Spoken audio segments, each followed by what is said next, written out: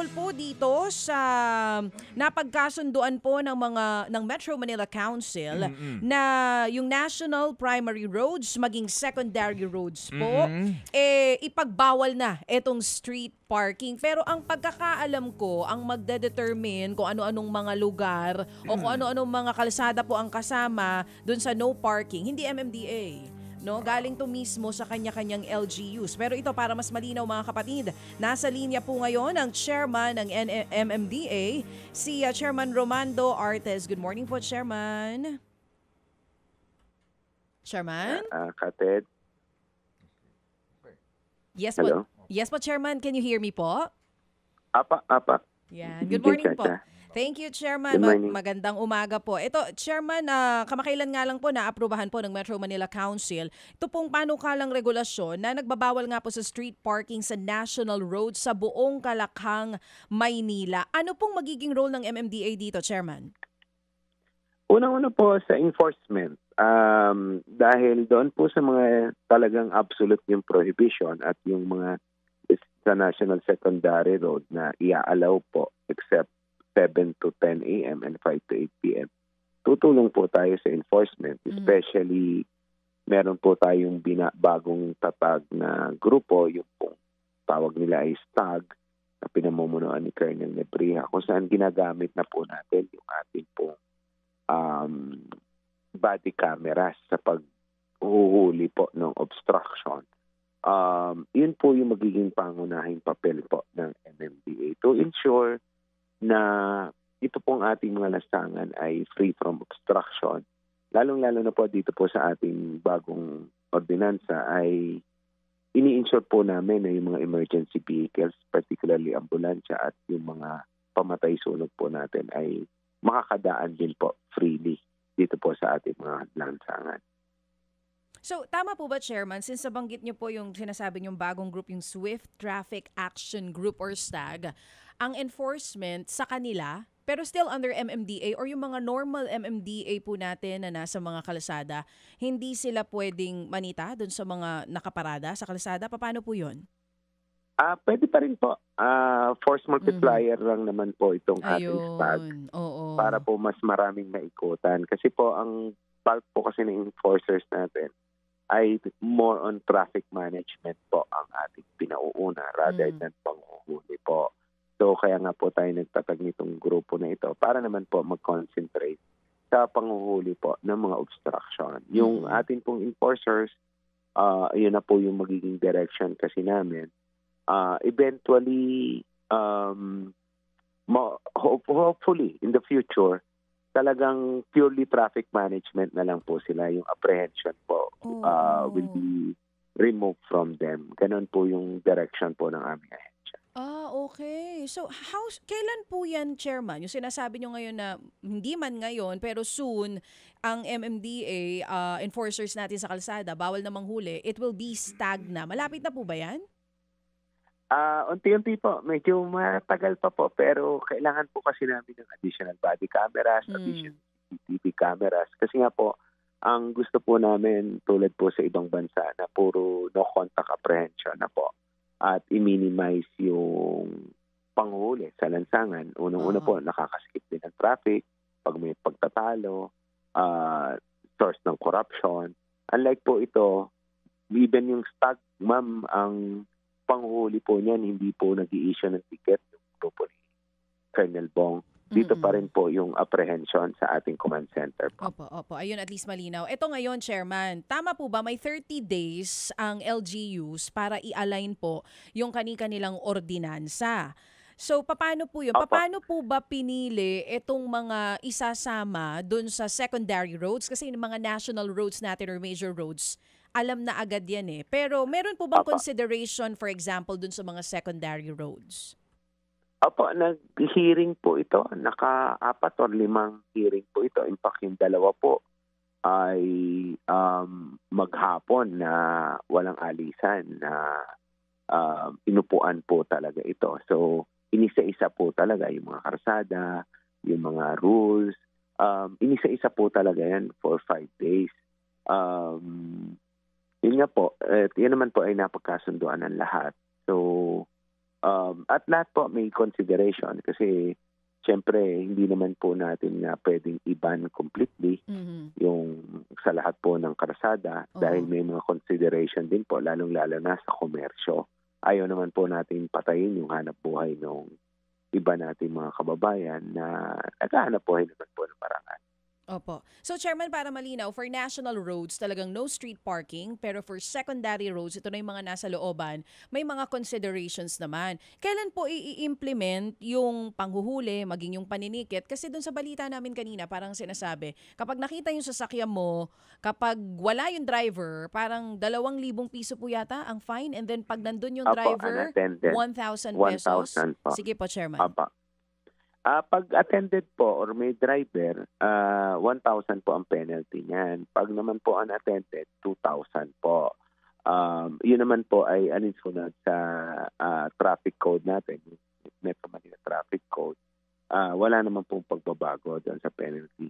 Yun lamang po yung sa mga particularly yung sa mga secondary roads tsaka yung mga inner roads po ay binigyan po namin ng karapatan po mga LGUs, particularly sa third level roads, na i-regulate yung mga pwedeng i-allow. Pero may mga inano po kami na rules dyan, particularly na dapat kahit nag-allow ng parking, ay makakadaan yung malalaking emergency vehicles po natin, particularly yung fire truck na minsan malalaki, hindi makapasok po sa mga looban dahil po maraming nakaparada. So, may ganun pong consideration. At yan po ay namin ang pagkasunduan na subject for review namin. Yun pong ganun pong panukala. Pero kailangan po lahat po ng ordinance ay align dito sa ordinansa po na ito. At kailangan po ipasa within 30 days. So, habang wala po yung adjustments na yan, kung ano po yung existing rule, doon po sa mga karsada, yun pa rin po. So kung bawal po dyan, particularly sa mabuhay lane, hindi po na kailangan hintayin yung ordinansa dahil may pagbabawal naman na po dyan na existing. Opo. Sir, so kung ang halimbawa ay mabuhay lane po natin, sa ngayon ho ba kapag nag-park doon, assuming lang may isang condominium o apartment doon sa mabuhay lane siya pumarada, at overnight, kumbaga, doon siya nakatira eh. Usually, ba ano ang penalty doon? Unattended pa rin po, 2,000 po. So, hindi naman siya ikaklamp yung kanyang gulong o itotow? Yung operations kasi natin, Kated, hanggang 10 p.m. lang. Pero meron pa rin naman po, existing pa rin naman po yung group naman po ni Gabriel Go na nagtotow naman po. Siya yung merong towing na kasama sa kanyang mga operation. So, sino po? Complementary po yan. Okay, si Gabriel Go po, yung sa scope Gabriel po natin. Go. Apa. Okay.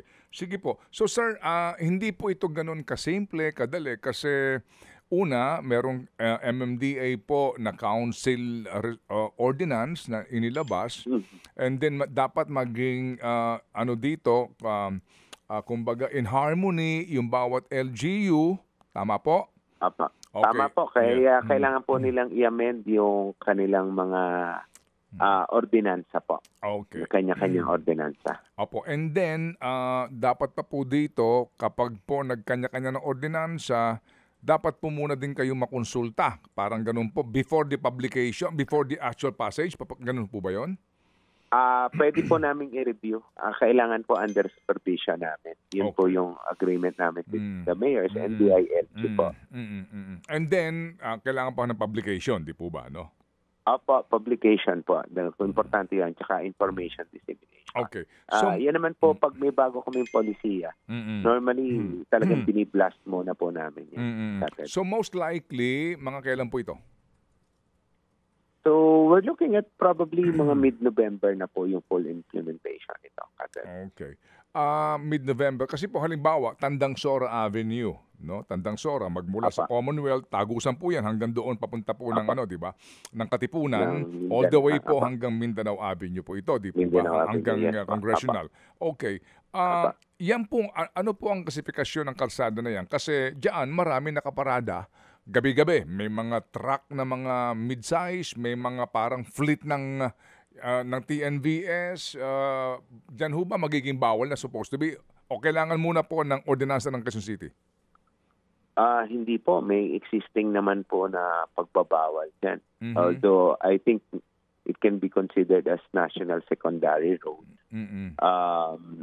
Which is pwede pong i-allow pero absolutely between 7 a.m. to 10 a.m. and 5 p.m. to 8 p.m. bawal po yan during rush hour. Okay. So, pag ganyan po kasi, ina-allow po natin ang LGUs to decide na kung mag-a-allow. Pero absolutely, bawal po sila ng 7 a.m. to 10 a.m. and 5 p.m. to 8 p.m. po during rush hour.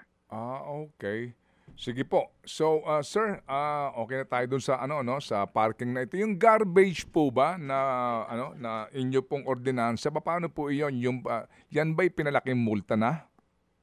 Opo, kasi under naman po sa existing law, ang mga LGUs po ay pwedeng mag-impose, particularly cities, ng up to 5,000 na fines. At pag municipality, in the case of Pateros, up to 2,005. So napagkasunduan po ng mga mayors na isagad na po ang penalty to 5,000 kahit po yung pagtatapon ng maliliit na basura like mga candy wrappers, upos ng sigarilyo. Ang naging basihan po o rason ng ating mga mayors ay whether maliit or malaking basura, pag itinapon mo ng hindi tama, dapat isa lang ang penalty dahil it boils down to discipline na kailangan nating impose po sa lahat ng ating mga kababayan. At tingin ko po, yan din naman po nagsimula ang Singapore, Kated. Kaya nga po before, tinawag silang Fine City dahil apakalaki po ng multa sa hindi tamang pagtatapon ng basura. Who will implement the ordinance? Halimbawa, EDSA, mga junction, who will implement itong inyong garbage ordinance? Una-una kami po dito sa MMDA may anti-littering mga tauhan na nag-i-issue po ng ticket dyan pag nakikita. Although parang 500 lang po yung penalty. With this, may increase na po yan. Tapos dito po sa ordinansa natin, isinama po natin yung mga owners noong establishment sa harapan nila. They are required to maintain yung pong kanilang harapan ng kanilang mga establishmento at kung may makita po na mga basura na nakakalat ay pwede po sila ding issuehan ng ticket. Okay. And katulong po namin ng LGU especially doon sa mga looban po. Okay, opo. And then kapag walang pambayad na 5,000, ano po mangyayari? Well, normally po ina-allow namin na mag-community service. Pinatatapatan po namin. Ganun po ang ginagawa namin sa atin. Oo, ano sa yan? amin po, so far as MMDA is concerned. Oo. Halimbawa lang, mapatupad na iyan, ikaw alam mo na yon, pangkaraniwang manggagawa, nagko-commute ka, kumain ka ng candy o kumain ka ng biskwit, itinapon mo sa kalsada, nakita ka ng inyong enforcer. Ano yon, sir? On the spot, titikitan ka, tapos bayad ka ng cash, o dadalhin ka pa sa presinto, dadalhin ka pa sa paano po? Ang ginagawa po namin yung sa proseso po namin ngayon, kinukuha po namin ng ID para makita yung pagkakakilanlan, tapos i-issuean po ng ticket. Hindi naman po inaaresto at hindi naman po kailangan magbayad agad-agad. Okay. Pero pag hindi po nagbayad, ang ginagawa po namin, i-dinidemanda po namin.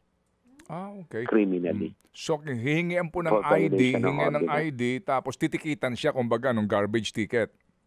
Apa, ng anti-littering ticket violation. Meron na kayo nun, Mayor? I'm sorry, meron Chairman. Okay. Meron pa. And then, yung kanyang ID, doon na ibabasihan yung kanyang address, etc. And then, pag hindi siya nagbayad, correspondingly sa inyong didemanda nyo. Paano kung ang aking ID ay fake din? Ayun po ang medyo problema. Pero valid ID po kasi ang hinihingi na.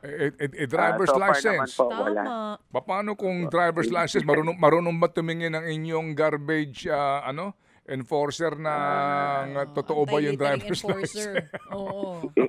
Siguro po, tama ka kayo. Bigyan ng seminar itong aming mga tauhan. Pero so far naman po, wala pa po kami na-encounter na gano'n.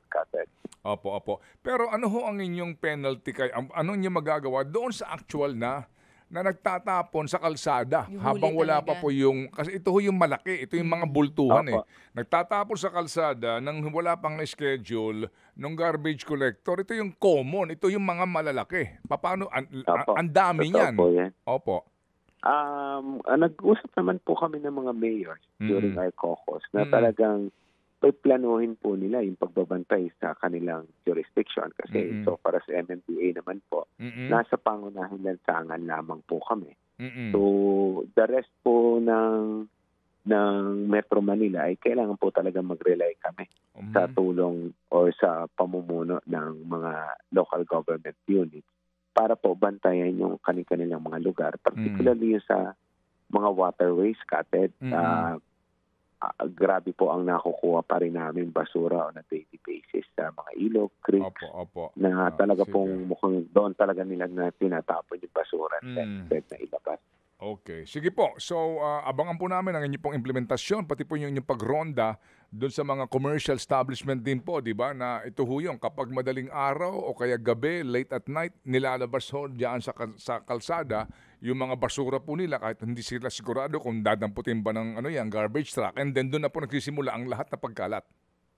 Apo, pag namulan po, nadadala yan ng tubig ulan. So, kaya nga po, dito po sa ating ordinansa, isinaban rin po natin yung mga owners po ng establishment. So, to make sure na yung kanila pong harapan ay magiging malinis po. Okay, sige po. Paano po yung Sunday event dito po sa EDSA, particularly po? Luneta ho naman kasi siguro, medyo at least may space doon. Dito po sa EDSA, paano po ang ating traffic? Ima-manage po natin, pero ang nagiging difficulty po namin dyan, minsan kahit konti lang yung nagrarally, minsan talagang pinasadya nila na tumungtong sa karsada. Pero as much as possible po, syempre, non-confrontational. Opo. I-manage po natin na makakadaan pa rin yung sasakyan. In fact, kahapon po may tumawag sa akin na gustong mag-rally sa isang karsada, pangunahing karsada.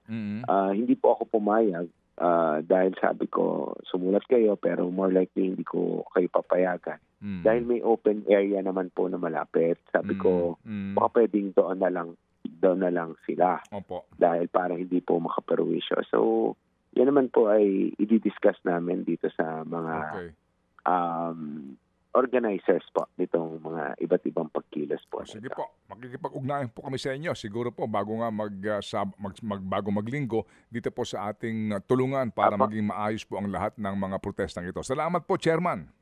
Salamat po. Yung mag-update lang po ako dahil sa kilos protesta ng isang grupo ng transportasyon. So far naman po, tahimik po. It appears na konti lang po yung tumama doon sa tigil po. In fact, as of 8 a.m. kaninang umaga, ay wala pa po kaming na-dispatch na libreng sakay. So, mukhang minimal naman po yung effect sa ating mga motorista. Ay, salamat naman po. Salamat po, Chairman, sa inyo pong panahon. Salamat. Salamat po at magandang umaga. Mga kapatid, brothers and sisters, saan ka pa? Dito na tayo sa totoo. Dito na tayo sa True FM. Mga kapatid, mag-subscribe and follow po kayo sa social media accounts ng True Network PH. Yan po kami. Hanapin nyo lang True Network PH, Facebook, Instagram, YouTube, TikTok, and podcast. Mapa Apple or Spotify man yan, mahahanap nyo kami. Lahat ng mga napapanood at napapakinggan nyo po sa programa, nasa social media accounts namin yan. So, paano mga kapatid? See you sa social media! Dito tayo.